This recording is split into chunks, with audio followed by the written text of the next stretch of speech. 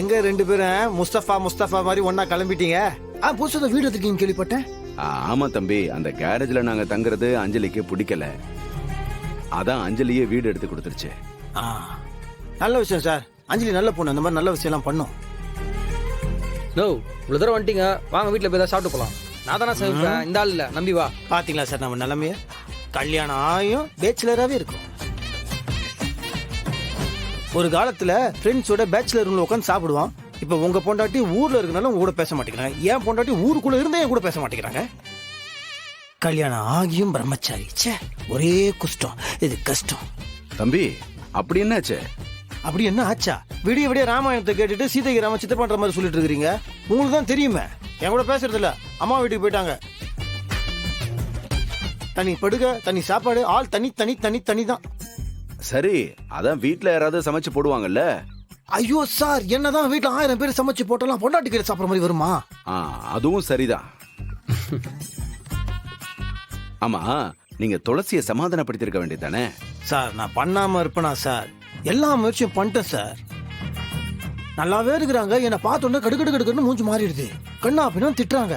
என் மூஞ்சிலேயே முழிக்காத, என் மூஞ்சி மேலே கதவை சாத்திட்டாங்க சார். மூக்கு ஜஸ்ட் மிஸ் தம்பி. நோ, உனக்கு லவ் மேரேஜ் தானே?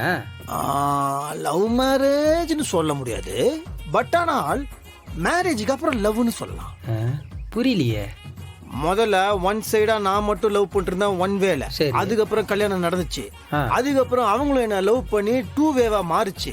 திடீர்னு மெட்ரோ வேலைக்கு நோண்ட மாதிரி ரோட க்ளோஸ் பண்ணிட்டாங்க. நோ, நான் தெலுங்கு டப்பிங் சீரியல் மாதிரி சொல்லினுக்கிறேன்.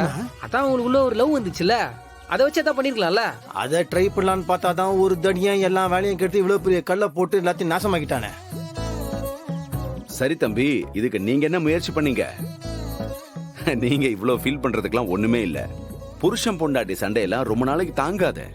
இன்னும் 2 நாள்ல சரியாயிடும். ஆட சும்மா இருங்க சார், நானும் அப்படிதான் நினைச்சேன். இது அப்படிலாம் இல்ல, சரியாற மாதிரி எனக்கு தெரியல. சரி, நீங்க அவளை சமாதானப்படுத்த என்ன பண்ணீங்க? சார், திண்டுக்கல் போய் அந்த தடியனை கண்டுபிடிச்சு கொண்டாந்து அவன் வாய் மூஞ்சிலாம் உடைச்சு அவங்க காலில் உள்ள வச்சேன் சார். சரி, அப்புறம்? அதுக்கப்புறம் இதெல்லாம் முடிஞ்சு போச்சு, வீட்டுக்கு வாங்கன்னு சொன்னா வரமாட்டேன்னு சொல்றாங்க சார். சரி, அப்புறம்? தம்பி, இவர் என்ன கலாய்கிறாரா? அவருக்கு அப்புறம் தவிர எதுவும் தெரியாதுண்ணா. நான் என்ன கதையா சொல்லிட்டு இருக்கேன் அப்புறம் கேட்கிறாரு சார். நான் சீரியஸா பேசிட்டு இருக்கேன் சார். போன் அடிச்சு எடுக்க மாட்டேங்கிறாங்க சார். ஃபீல் பண்ணி போன்ல ஒரு ஸ்டேட்டஸ் வச்சா பார்க்க மாட்டேங்கிறாங்க sir. What can I to sir?